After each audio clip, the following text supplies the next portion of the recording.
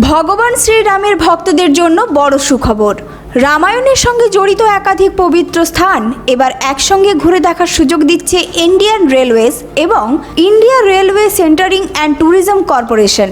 খুব শীঘ্রই চালু হতে চলেছে বিশেষ পর্যটন ট্রেন শ্রী রামায়ণ যাত্রা। এই বিশেষ তীর্থযাত্রা শুরু হবে আগামী 30 মার্চ 2026 তারিখে দিল্লির সফদরজং রেলওয়ে স্টেশন থেকে।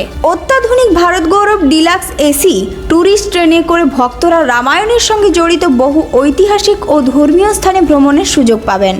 মোট 17 দিনের এই যাত্রায় প্রথম গন্তব্য থাকবে অযোধ্যা, যেখানে শ্রীরাম জন্মভূমির মন্দির, হনুমান গাড়ি এবং সারজু নদীর ঘাট দর্শন করা হবে। এরপর যাত্রা যাবে বিহারের সীতামারি এবং সেখান থেকে নেপালের জনকপুরে অবস্থিত রাম জানকী মন্দিরে। এরপর ট্রেন পৌঁছাবে বারাণসী শহরে। সেখানে ভক্তরা কাশী বিশ্বনাথ মন্দির দর্শনের পাশাপাশি গঙ্গার আরতি উপভোগ করতে পারবেন।